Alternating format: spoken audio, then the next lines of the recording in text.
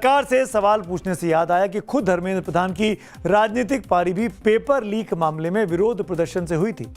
1997 की तस्वीर है। धर्मेंद्र प्रधान एबीवीपी के राष्ट्रीय सचिव हुआ करते थे। तब ओडिशा में कथित परीक्षा पेपर लीक के खिलाफ प्रोटेस्ट किया गया था। भुवनेश्वर में हुए इस प्रोटेस्ट में पुलिस ने लाठियां चलाई थी, जिसमें धर्मेंद्र प्रधान भी घायल हुए थे। ये तस्वीरें उसी वक्त की हैं।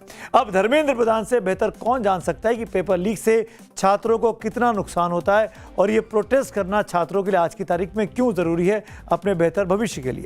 पीएम मोदी ने आज जब पेपर लीक मामले में फास्ट ट्रैक कोर्ट बनाने का ऐलान किया तो यह सवाल उठ रहा है कि जब अभी तक सरकार को सबूत नहीं मिलते हैं, किसी आरोपी को सजा नहीं हुई है, तो फास्ट ट्रैक कोर्ट में ऐसा क्या होगा कि पेपर लीक उसके बाद रुक जाएंगे या पेपर लीक करने वाले सजा के डर से पेपर लीक करना बंद कर देंगे। ज्यादातर मामलों में धोखाधड़ी, फर्जीवाड़ा, साजिश की जमानती धाराएं लगाई जाती थी। डिफॉल्ट जमानत सीआरपीसी बीएनएस धारा 167(2) का प्रावधान है।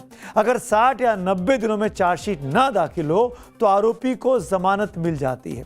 जांच एजेंसियां अक्सर सबूत जुटाने में देरी करती हैं या नहीं कर पाती हैं सबूत इकट्ठे, तो आरोपी रिहा हो जाते हैं।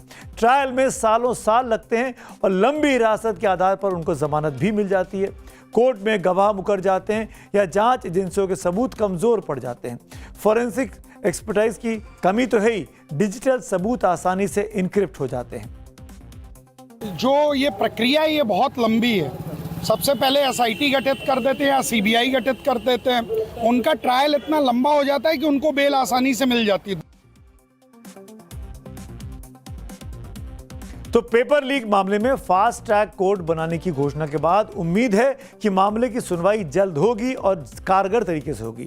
आरोपियों को सजा मिलेगी और जरूर मिलेगी। फास्ट ट्रैक कोर्ट बनाया इसलिए जाता है। अब सुनने में ये जितना अच्छा लगता है उतना है भी कि नहीं, उसके लिए ये आंकड़े भी आपके सामने रख देता हूं।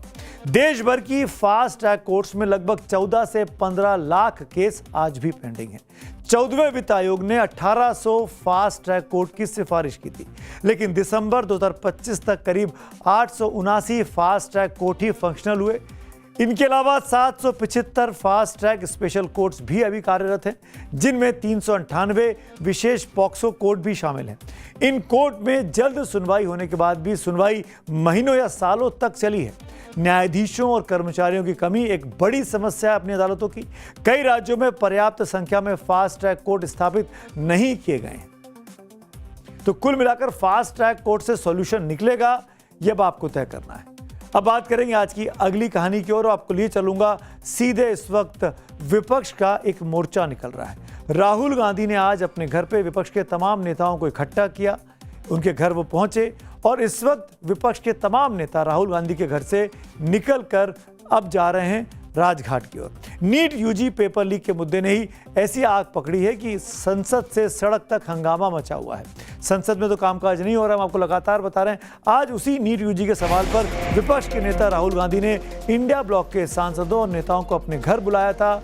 वहां ये सभी नेता इकट्ठा हुए और अब ये सब लोग इकट्ठा होकर 30 जनवरी मार्ग पर स्थित गांधी स्मृति जा रहे थे। लेकिन एक बड़ी खबर आई इस वक्त की, विपक्षी सांसदों के मार्च को अब पुलिस ने रोक दिया है। राहुल गांधी के घर से बसों में बैठकर तमाम सांसद निकले थे, जिनकी संख्या करीब 100 के आसपास बताई गई है। अब इन सांसदों को गांधी स्मृति जाने से रोक दिया गया है। इस पर राहुल गांधी ने कहा कि सरकार हमें रोक रही है। राहुल ने यह भी कहा कि बैरिकेडिंग लगाकर पुलिस ने बस को रोका है। आप सुनिए राहुल गांधी की क्या शिकायत है। जो हमारे स्टूडेंट्स हैं वो सड़क पे हैं, तो सारे के सारे ऑपोजिशन एमपीज को लगा कि हमें भी सड़क पे होना चाहिए। तो हम चाहते थे कि सारे के सारे ऑपोजिशन एमपीज इंडिया गेट जाएं। उन्होंने मना कर दिया, रोक दिया। फिर हमने कहा कि 30 जनवरी जाना चाहते हैं। यहाँ पे 30 जनवरी मार्च जाना चाहते थे। सिंबॉलिकली गांधी जी की असैसिनेशन स्पॉट है, इसलिए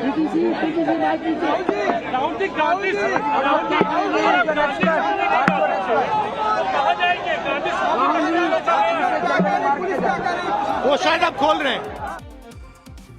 अब आइए सीधे चलेंगे अपने सहयोगी रंजीता झा के पास, जो इस विपक्ष के मोर्चे को कवर कर रही हैं। रंजीता, क्या स्टेटस है इस वक्त? कहां पे रुके हुए हैं ये लोग? क्या सड़क पर बैठ गए या वापस लौट गए?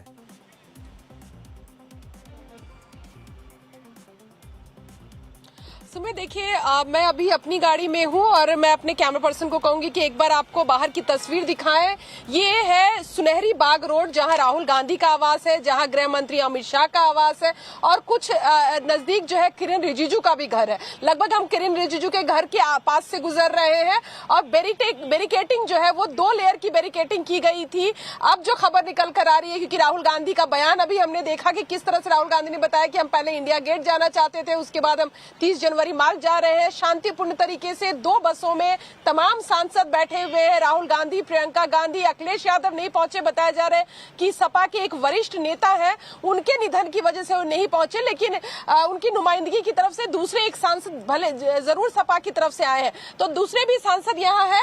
अब बताया जा रहा है कि सेकेंड लेयर जो बैरिकेटिंग है उसको भी हटा दिया गया है। बसें जो है वो आगे की तरफ बढ़ रही है। कोशिश ये की जा रही है कि 30 जनवरी मार्ग तक वो पहुंचे और ये भी एक सांकेतिक तौर पर कि इंडिया अलायंस जो आपको तस्वीरों में संसद के अंदर एकजुट दिखता है, वो संसद के बाहर भी इस पूरे मुद्दे को लेकर एकजुट है।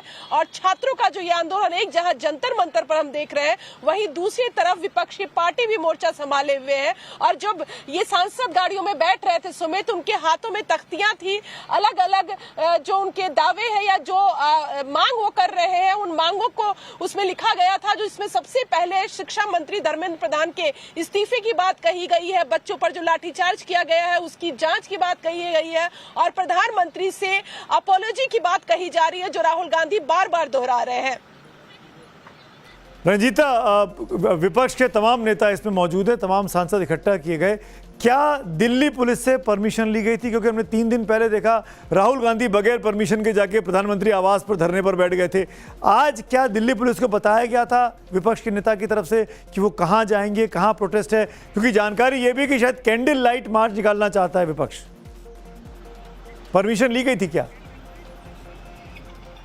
बिल्कुल सुमित, देखिए, जब पॉलिटिकली जिस तरह से प्रधानमंत्री आवास के बाहर जो एक प्रोटेस्ट किया गया, उसके बाद कहीं ना कहीं पार्टियों को ये लग रहा था कि इस तरह के ही प्रदर्शन के बाद सरकार जो है वो हरकत में आएगी, क्योंकि उसके बाद हमने देखा कि केंद्रीय मंत्री वहां पहुंचे और चर्चा की बात और तमाम जो मांगे थी उसको सुना गया राहुल गांधी के जरिए। लेकिन आज भी जो कार्यक्रम रखा गया, ये सीधे तौर पर सांसदों को नहीं बताया गया। उनको कहा गया कि LOP यानी लीडर ऑफ अपोजिशन के घर पर एक बैठक है, वहां आपको आना है। उसके बाद इंडिया अलायंस के सांसदों को भी मैसेज दिया गया। पहले कहा जा रहा था कि सब राजघाट जाएंगे, उसके बाद वो वेन्यू बदला, फिर कहा गया इंडिया गेट जाएंगे। इसका मतलब सीधे तौर पर ये माने कि परमिशन नहीं थी और यही वजह है कि जो कैंडल मार्च की बात कही जा रही थी कि पैदल जाएंगे, क्योंकि इस पूरे सड़क को, जो सुनहरी बाग सड़क है, इसको दोनों तरफ से बैरिकेटिंग कर दिया गया था।